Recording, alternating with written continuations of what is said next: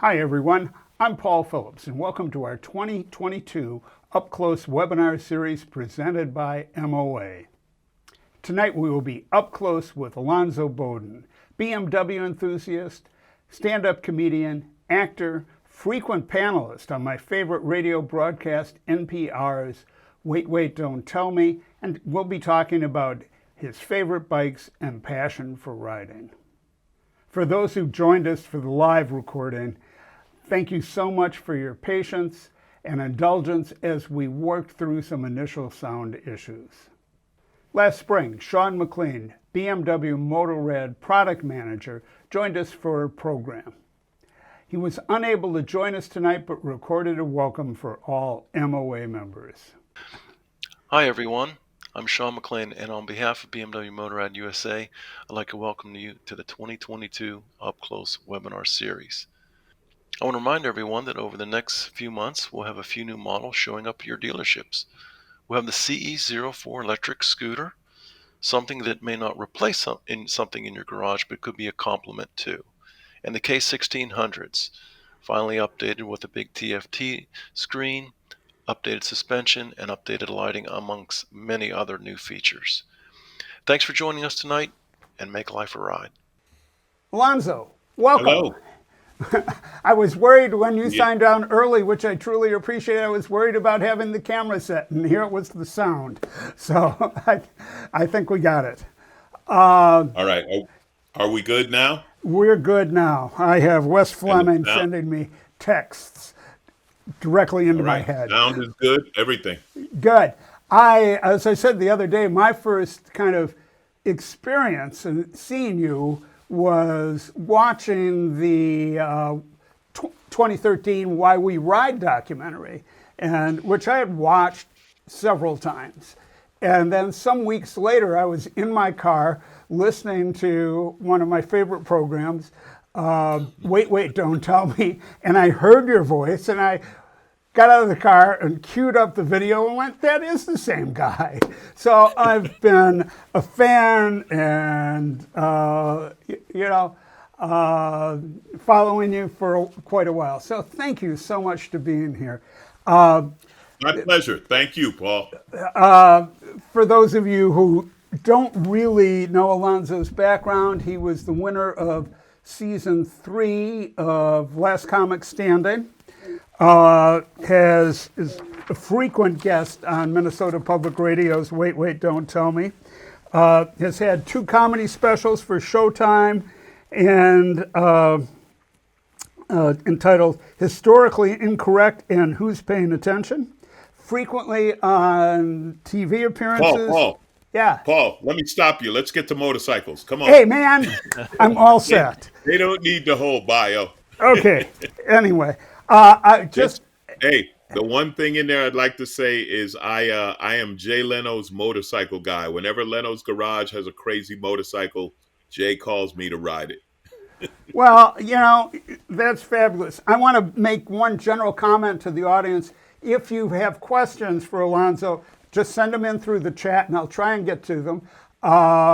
I've already gotten a couple, but we'll get to those. And, you and I were talking about the Isle of Man, and I said, I have to start you with the standard greeting of meeting somebody by the track. Where are you from and what do you ride? I live in L.A., and I ride, well, let's see, what's in the garage right now? I have a K1600 Grand America.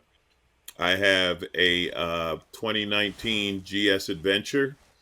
I just bought another Mega Moto. I had one before. I sold it. I've always missed it. I found another one, so I've got a BMW Mega Moto. Those are the BMWs. Then I have a Triumph Rocket 3 and a Honda Grom. Do you fit on the Honda Grom? I do. The Grom's a very fun, interesting bike. I'd say it was built at about 3/4 scale of a bike, but it was built for adults. Now mine, I'm tall, I'm 6'3". So all I did was add about 2 inches of padding to the seat.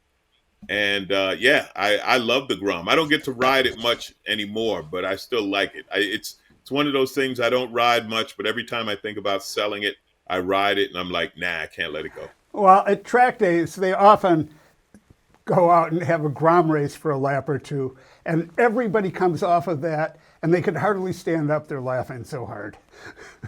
That is how Honda got us hooked. When they first came out with the Grom, Honda did something called the Grand Prix. They have a big facility in Torrance, and they laid out cones and basically made a track in their parking lot and had a bunch of people down there, from professional racers to guys like me, and we all got to ride Groms and race around. Everyone left laughing and wanting one. I mean, it's crazy. So, how old were you when you started riding? Uh, my first bike, I got my first bike when I was 18. When I was legally old enough to get one, I got one. And what was it? And It was a Honda 404, the old cafe racer with the 4-in-1 pipe. When I was a kid, I loved bikes, but my dad would never let me get a mini bike, which is why I got the Grom now. So, and what did you think? You know, think back to your first ride on that Honda and go. You got off, and what was your reaction? well, let me back up a little Okay. farther. When I was about 7 years old, my grandmother had a farm in South Carolina, and there was a family that rented land from her, and the son had a bike. And all I know is it was a British bike, because not with what I know now, I know it was British. I don't know if it was a Triumph or a BSA or a Norton or what it was, but he'd take us for rides on the back of that bike up and down this dirt road, and that was when I got hooked. It is the same feeling to this day when I get to ride, that feeling of being on a bike. So when I first rode my own motorcycle, it was wow. I finally got one, and I'm free. Those are the two things I would say. I finally got one, and I'm free. I can ride. Yeah. Yeah, you could get off, you know, and I can get off from riding all day, being exhausted, being sore, and I turn around and look at the bike and go, well, that was cool. Yeah, I read something recently about your worst ride and how good it was. Because even a horrible ride, when you get done with it and you survive it, you're like, that was good. I was traveling from Minneapolis, kind of a circuitous route to Chattanooga to shoot as a photographer the Half Ironman World Championship on one end, and I got caught on the tail end of Hurricane Harvey. Spent 280 out of 320 miles in the rain. Got off, took a shower, dried everything out, and went, oh yeah, okay, that's done. You know, and it was, you know, you have the gear. You have the gear and you can do it. So what's been your favorite bike to ride over the years? Wow, that question is absolutely impossible to answer. There have been so many favorites. You know, your tastes change, times change, your age change, your knees change. Mine don't. They're bionic. And it's different bikes. So let me go through. How about if I go through and give you some of the highlights of various bikes I've had at various Well, times I have that a I've photo, loved. and I hope this is a highlight. All right, let's see. Yes, yes. So that is the BMW Mega Moto, for those who don't know. And that was BMW basically took an off-road bike, put their HP off-road bike, put street tires on it. And it's an amazing track bike, especially for me being tall. And that was the first time I dragged a knee. So that is definitely a highlight. And you had one. What year is that one? That one is in '08. So I And had one, I bought that one. I had that one from like 2010 to 2012. And then I sold it, and I just bought another one this past summer. cool. And do you ride that one on the track? I haven't yet, but I will. Yeah. It's a great track bike. You know, one of the things I love about it as a track bike is it's not overpowered. the open class sport bikes now. I mean, they're race bikes and they're phenomenal if your skills match, which mine don't. So I like having. I'll tell you another thing I like about that bike today is it's analog. There's no quick shifter. There's no ABS. There's none of the modern electronics on that bike, but it makes it fun to ride. Cool. I mean, it looks great. It's a great photo. And, still thinking in that same line, here, well, I'm going to go to this photo because it's like it looks like a family photo. What's not to like about that photo? You could label that one decisions. And actually, the Mega Moto replaced the XR in that picture. So, do you no longer have the XR? I don't have I don't have the XR any longer. I am always tempted to get another one, but right now the garage is full. I love the XR. The XR was just a super bike, fast, comfortable. Definitely. Well, the GS let's talk about the GS first. The ultimate jack of all trades. If I ever only had one motorcycle, knock wood, I'm lucky enough to have a number of bikes. But the GS would be the one bike, without a doubt. It can do everything. I describe my GS as an elephant that can dance ballet. But the XR it's faster and definitely more street oriented and great commuter bike for LA. Do you commute much out there? Yeah, I mean, the commuting I have to do, which is meetings during the day, comedy clubs at night, I do it on a bike 90% of the time. Usually I only drive if I have to dress a certain way, and then it's easier to use the car, or if it's pouring rain, because I don't mind riding in the rain, especially the GS. But here in LA, when it rains, people start playing bumper cars. So it's a little sketchy. It's about, we all end up riding in the rain. The question is, do you want to start in the rain? For me. How much time do you spend on the road? You're as a performer. I've kind of looked at some of the places you've been, and man, you must be gone a lot. That has totally changed since the pandemic. Prior to the pandemic, I was probably on the road, and I never measured it totally because it would have drove me crazy. But I will say I was in the airport going somewhere 40 weeks out of the year. Sometimes for the week, sometimes for a day, but always traveling. I consider the airport my office.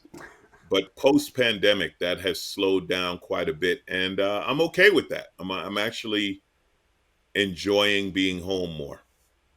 Do you get out when you're traveling? Are you able to get a bike or get out and ride, or sometimes I am? And I've had some great rides. I mean, I do Americade every year. I do shows at Americade, and I rode there once. That was my one cross country ride. Where is that? That's in Lake George, western New York. Yeah. New York near the Canadian border. Yeah. So that was the one time I got to ride across country, which was absolutely amazing. That was on my bucket list, and it exceeded my expectations. But when I go, the manufacturers there loan me bikes. So that's been pretty cool. I've rented bikes in various places. I've been loaned bikes because people know I love motorcycles, and I come in, they're like, hey, so-and-so got a bike for you to ride. So I've had a fair experience riding. I haven't ridden in Europe. That's the only place. That's the bucket list thing to do, to ride in Europe. It's cool. I'm No fortunate that I end up going to shoot in Germany, or didn't during the pandemic, but did spent 3 weeks over there this summer, and was able to get a few long days in a ride-in with a buddy of mine. So if you ever end up in Bavaria, let me know. We'll find a bike for you. What's your, living in LA, where do you get out for a day ride? Well, one of the fantastic things about living in LA is you can ride 20 minutes, and from where I live, you can ride 10 minutes, and you wouldn't know LA exists. We are surrounded by some of the greatest canyon roads you can imagine. All through the Santa Monica Mountains, we have Topanga Canyon, Mulholland Drive, Latigo Canyon's a pretty famous road. Uh, Piuma. We actually have a road called Stunt Road. I mean, how perfect is that?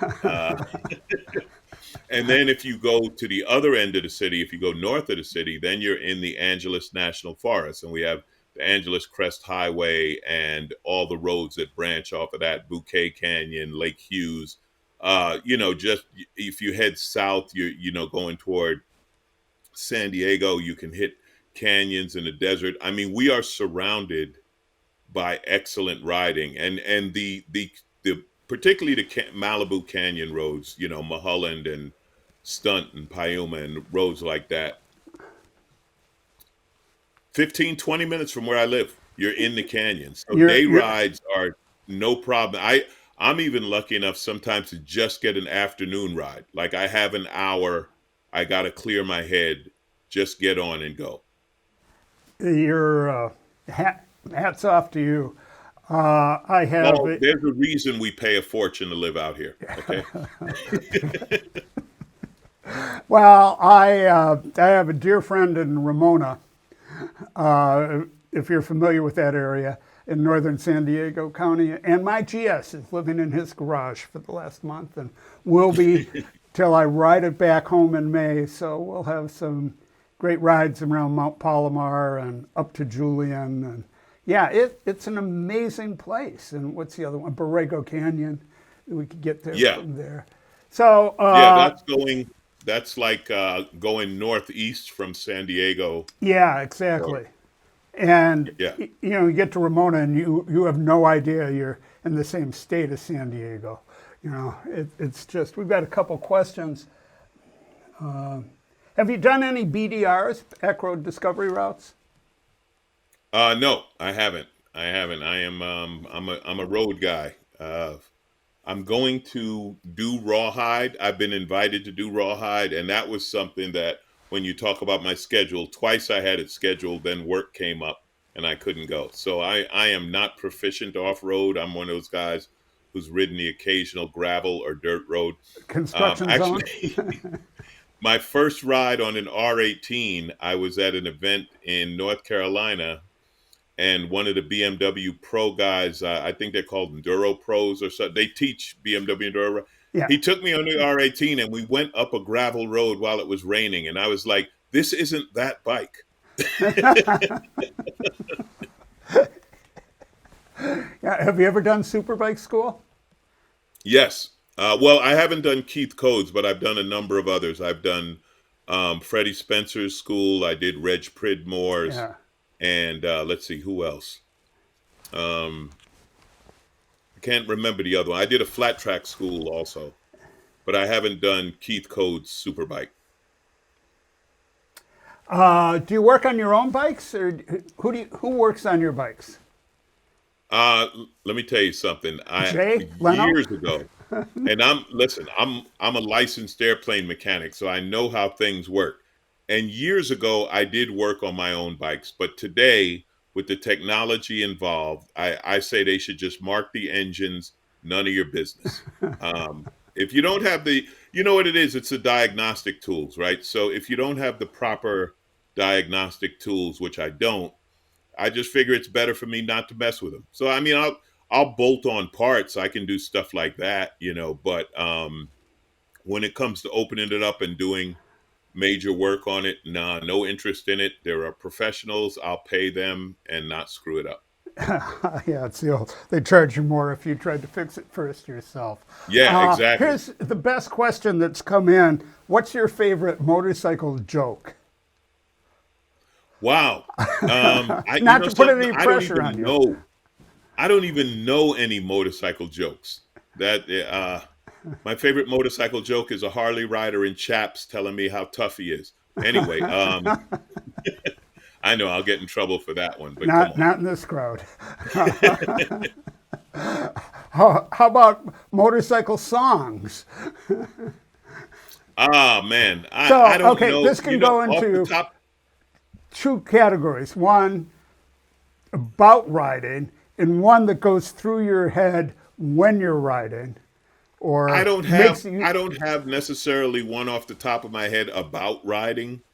Um, I love jazz, so in my head, and here's the thing about riding and music. I don't like music when I ride. I don't use earbuds. I've had a couple of communicators, Bluetooth Yeah. communicated. The sound is so bad, the sound quality. It's like an No. old AM transistor radio. It just does no justice to the music. So the only bike I used to listen to music to, I had an Indian that had a big stereo built in, like a 600-watt stereo built in that you could just crank up the music while you were riding. That was the only time I really listened to music. My Grand America, listen, BMW, I love you, but you need to step up your stereo game. You can't hear that radio above 25 miles an hour. You just can't hear it. So if that were more powerful, I'd listen. But I like listening to jazz when I ride, instrumental jazz, and it might be anything from Bob James to Miles Davis. Could be anything. Well, this is a bit of an aside from motorcycles, but I saw you're doing a jazz cruise for a week or something. Yeah, yeah, I've been Yeah, doing those say for more 10 about years. that. I- It is absolutely phenomenal. It's a week at sea with incredible jazz musicians, Marcus Miller, Boney James, Christian McBride, Jonathan Butler, Candy Dulfer, on and on. And we just we're at sea. They're doing concerts every night. There are jam sessions. The best thing the passengers love most is you meet the musicians because they're passengers too. So the guy in front of you in the buffet line might be your favorite recording artist ever, and everybody's very cool. So it's a lot of fun. I'm the comedian. I do a couple of comedy shows. I do interviews and a lot of chats. And I will, okay, I'll relate this to motorcycling. We rent scooters when we hit islands, and Marcus Miller, famous jazz bass player and composer, fell in love with riding a scooter and has been asking his wife to let him get a motorcycle so much that he hangs out with me, and his wife is convinced he's hiding a motorcycle in my garage. It sounds like he's 16. I mean, I love it. I love it. Well, and so you're going on that soon. Is that coming up the first quarter? Yeah, we're going back. Like everything else, sh- shut down for the pandemic and everything. We haven't gone out in 2 years, so we're leaving January 17th. Wow, that's a good time of year. Uh, Well, somebody it's asked the you if Caribbean, so if you're headed to the Caribbean, January's the time. yeah. Somebody asked if you've ever ridden an airhead. You meaning an air cooled Yeah, right. Beamer? Yeah, one of the Well, older. yeah. My Mega Moto's an airhead, and my first GS was a 2015. So would that be an airhead, or was that No, an oil the head? I don't know. older ones from the '90s. Or From yeah, let's see, from the 90s. I've ridden. Let me see, what was it called? It wasn't the RS. It was a sport touring Beamer. It had a fairing. full fairing, but I can't remember what it's called. It wasn't an RT. Maybe it was an RS. Yeah, it wasn't an Yeah, RT. Maybe it was an RS. yeah. But yeah, I've ridden those. And again, like I say, the fun thing about bikes like those is they're analog, But when you get to really old bikes, like if you start riding bikes from the 80s, every bike in the 80s is better in our memory than actually riding it. Yeah, well, and the one thing I can say is I have more years collected than you, but and as we progress, things continue to improve in the rearview mirror. Yeah, yeah. I mean, it. Listen, I love those old bikes. I've got a friend, Mike Seat. He runs Cafe Racer magazine. To Mike, a new bike is 1975. But Yeah, when you ride those, and then you ride modern technology, I think the craziest thing about those bikes, especially the super bikes from the late 70s and the 80s, is how much engine there was compared to how little tire there was. absolutely. So there are a couple other questions. Somebody asked if you rode Jay Leno's motorcycle that has the helicopter engine. No, no, I haven't ridden that one. What have I ridden with Jay? Jay and I took Urals off road. We had Ural Sorry. sidecar bikes and we did motocross with them. We did a flat track day. We had a Indian with a Traeger grill as a sidecar, so I had to ride around the city cooking hamburgers while I rode. These are the kind of things Jay takes me on. So do you typically ride alone or ride in a group? Do you have a group of guys? Most of the time alone. Two reasons. One, it is meditative for me to ride. It's an escape. And I always say that, and I've come up with some of my best ideas creatively while riding. I love that time alone in my helmet. So that's one reason I ride alone. The other is my schedule is opposite of most people. I work on weekends and I'm home weekdays. So the guys who I used to ride with, and I used to do some track days with them, etc., I noticed they were progressing much faster, and I saw less and less of them and more taillight. And one guy pointed out, he said, "Yeah, well, we get to practice every weekend while you're gone." So, you know, they're still great guys, and I ride with them occasionally, but most of the time I ride alone, and I do like it. It's actually, like I say, more meditative than anything. Oh, I can certainly appreciate that, and to just to go out and clear your head. Is there one bike that you wish you had? Yes, the Ducati Desmo Sedici.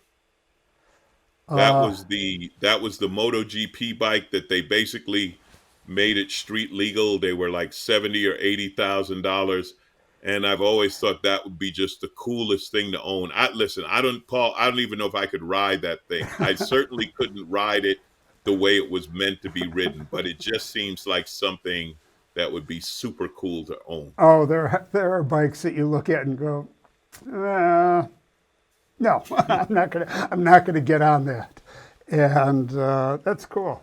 That's cool. Is there a bike that you bought, owned, and then got on and rode and go, what am I doing here? Why did I get that bike? I had a Suzuki Bandit for 2 days.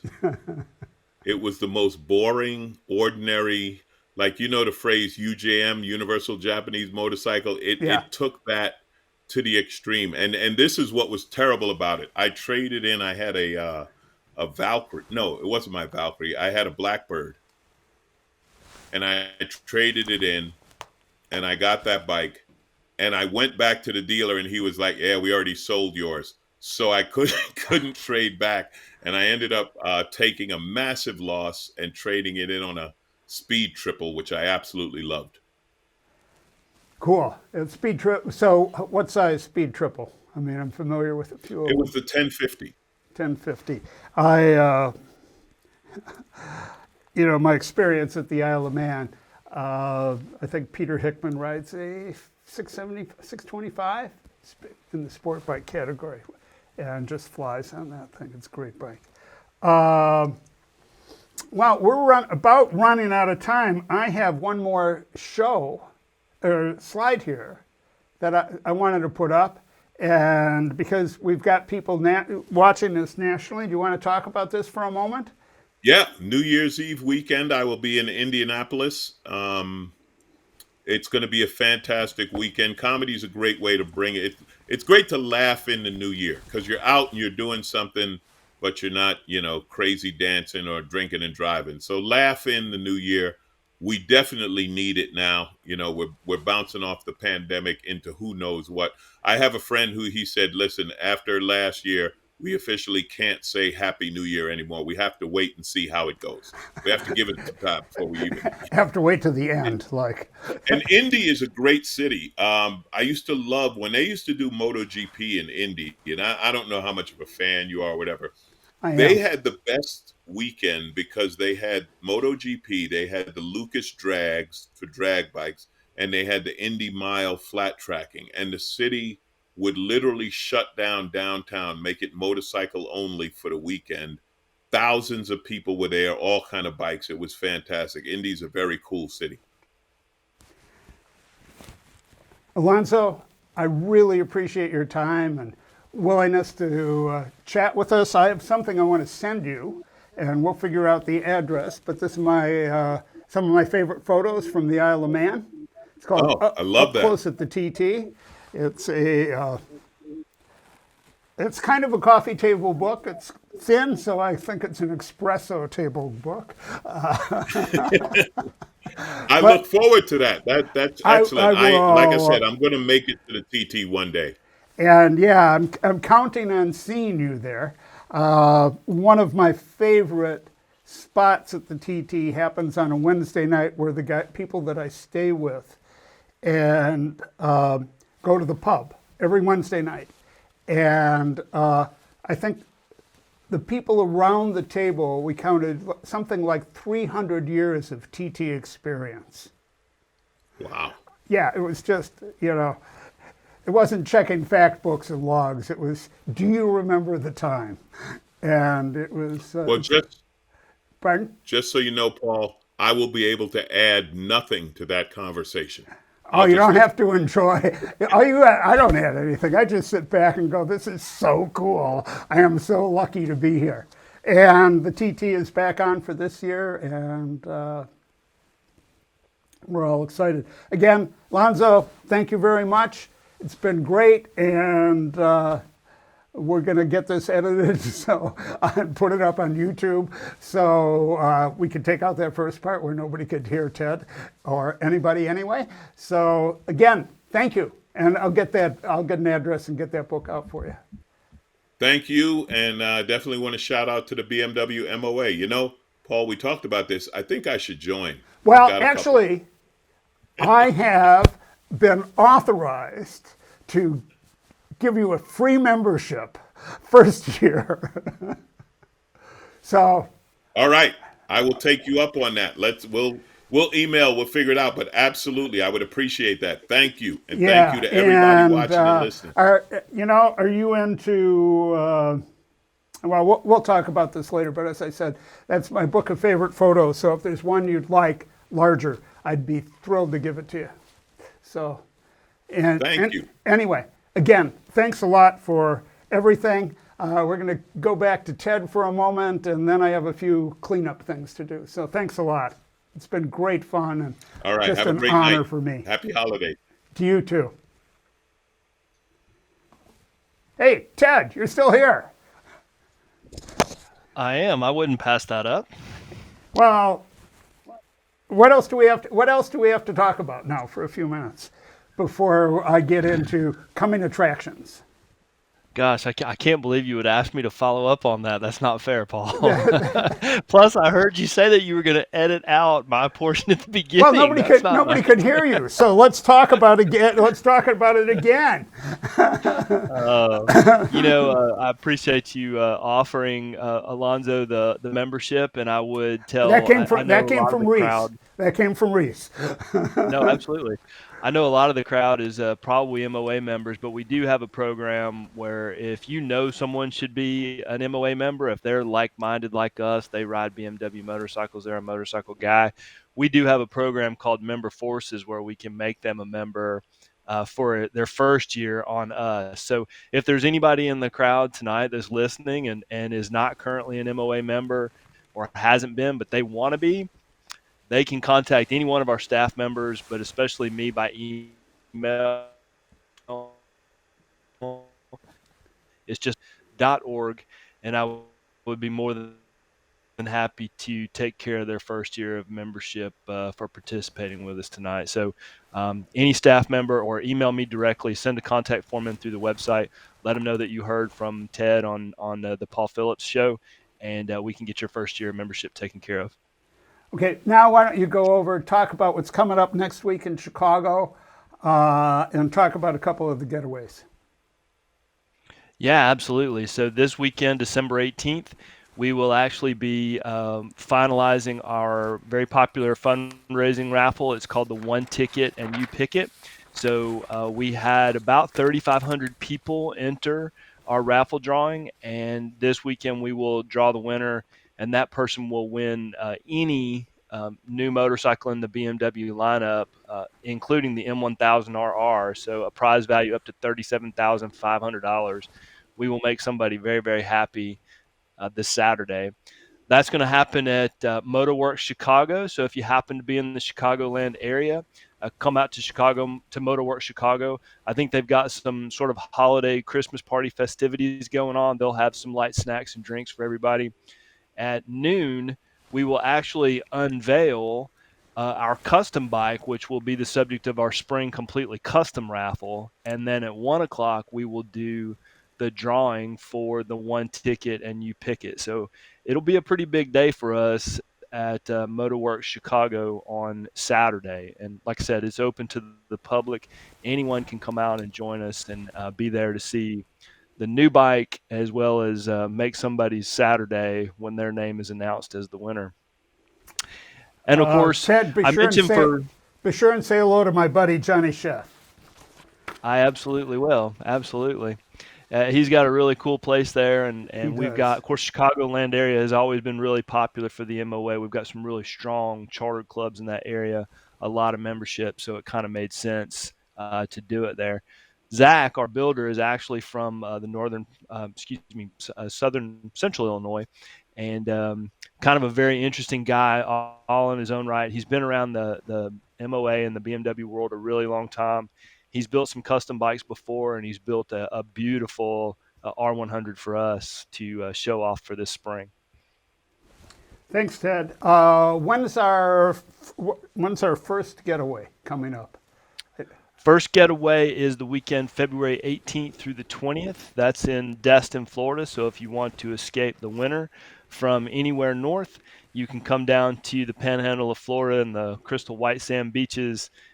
Really beautiful temperatures. We were in Gulf Shores, Alabama last year at the similar time frame, and we usually have temps in the mid to low 60s for the weekend. It's really a great time to get away and enjoy the Gulf Coast. It's a beautiful place.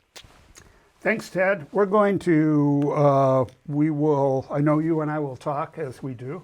I want to talk a little bit about what's coming up on our Up Close programs. Our next one is going to be January 11th, at the same time, depending on what time zone you're in. It's going to be all things GS.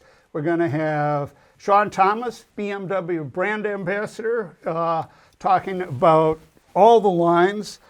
Sean's a friend of mine, so I can honestly say we'll try and keep him focused so he's not in the 14th level down on a menu on the TFT dash, which he certainly knows all of the details for that. And we're also going to have Corey Call. Corey, I know, was the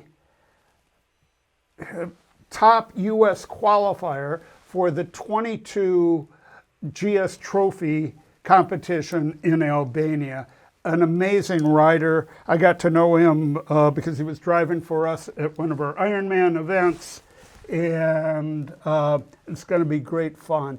We're also going to hopefully have one January 25th, February 9th, and I think February 23rd. We're going to be focusing on a few different things. We're trying to do 2 a month. January will be all GS. We hope that February is still trying to line up dates and people, all double R, and you could probably imagine who we might be getting. Sometime in March or April, I will be doing an up close with me and talking about motorsports photography. And I will be joined by Tony Kudzak, who is the Canon camera professional tech rep, and they've come out with a new camera, and mine has not yet arrived, but it's designed for motorsports photography. So we'll be, once I get out to shoot with it, we're going to do a webinar about it. And we're also going to do one about the RT. So if anybody has suggestions, you could certainly email me. It's paul@competitiveimage.us or upclose@, Competitive Image. And I really thank everybody for their attention and continued interest and patience. Alonzo was kind enough to sign on early so I could do the video test, and I never thought we'd have the sound, but our buddy Wes Fleming was out there kind of cueing me in all the time. So thank you, Wes. And if anybody has any final questions or suggestions, I'll give you about a minute, and then we're on. So,